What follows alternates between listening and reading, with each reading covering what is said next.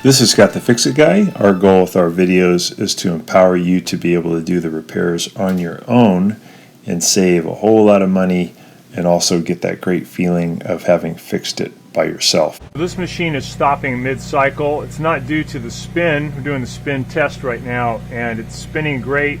It's able to drain easily and no excessive noise from the bearing, so it looks great. I think what might be happening is water's having trouble getting into the machine due to clogged inlet filter being full of crud. So we're gonna turn it off, unplug it. We'll take off those hoses on the back and check the screens. So we're just gonna unplug it, turn off these hoses.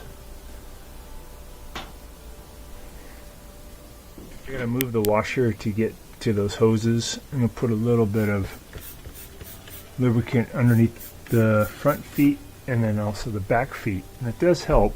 And then I've got to try to break the friction. Okay. So we grab inside the frame here. Sometimes you can get it to move because it gives you a lower leverage point. Let's see if that helps. Okay. Alright, so you got the water turned off. I'm removing one of these hoses, and I'm just going to check to see if maybe the inlet filters are clogged. Pretty common. Over time they just build up a lot of junk. But if the water can't get in, especially on the cold side, the cycle will stop.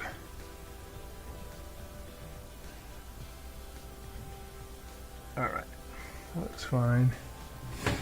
Looking on this one. This one looks really good, really clear, no problem. So, still could be the inlet valve, but it's not due to a clog. When you put these on, you want to be able to put them on really easily by hand. If it's really difficult, that means it's cross-threaded and you don't want to tighten it. So it should go on pretty easily by hand. And then you can use your pliers to get it a little tighter.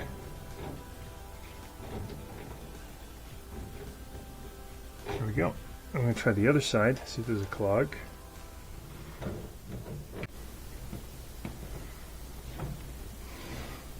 Okay.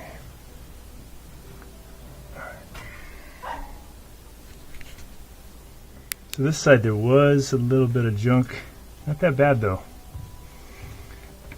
It looks to be overall clear. So we're going to put this back on. This one seemed to be cross-threaded too. Got to be a little careful how we get this back on.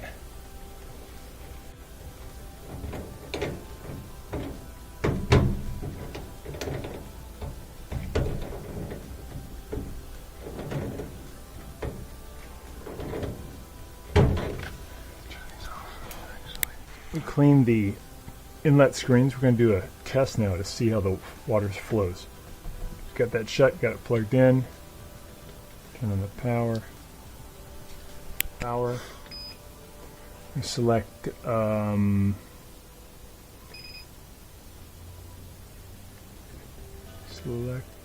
rapid wash. We're going to ask for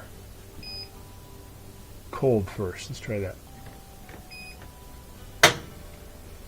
So we heard the door lock. It's going to go back and forth. It's kind of sense how much weight is in there to see how much water it should put in. So then the computer knows how much water. It just unlocked the door. It'll lock it again, and now I'm going to move some things around inside here, and then it should let water come in. Let's see how much water flows in for the cold. So you can hear the water flowing in now on the cold. Let's take a peek in there.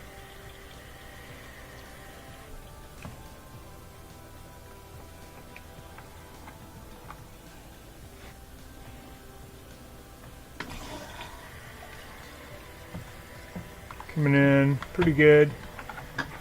A little bit anemic.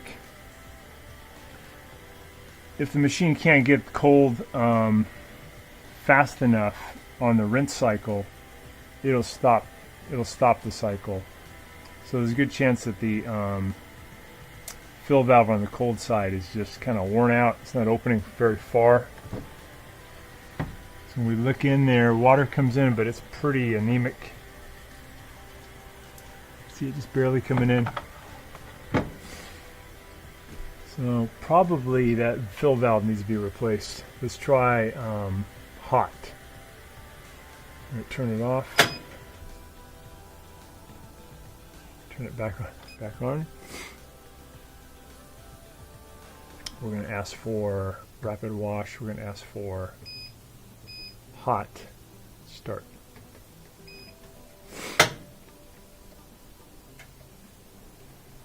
It's sensing the load. Locked to let you put more stuff in. Locks again. It's going to set up for hot now. We're just going to see how much water's coming in. I think the fill valve probably, yeah, that sounds pretty good.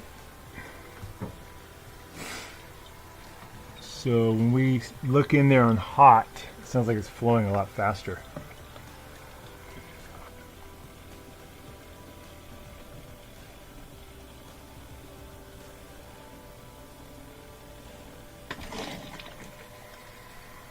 Pretty good. Again, I'd like to see more volume coming in. All right. It's probably time for a new fill valve. Let's go warm. We'll go power on. There's warm. Start. Now we got two fill valves open. Water's coming in a little bit faster. So probably during the cold rinse cycle that comes later is where we're having the trouble. We'll give it a little test.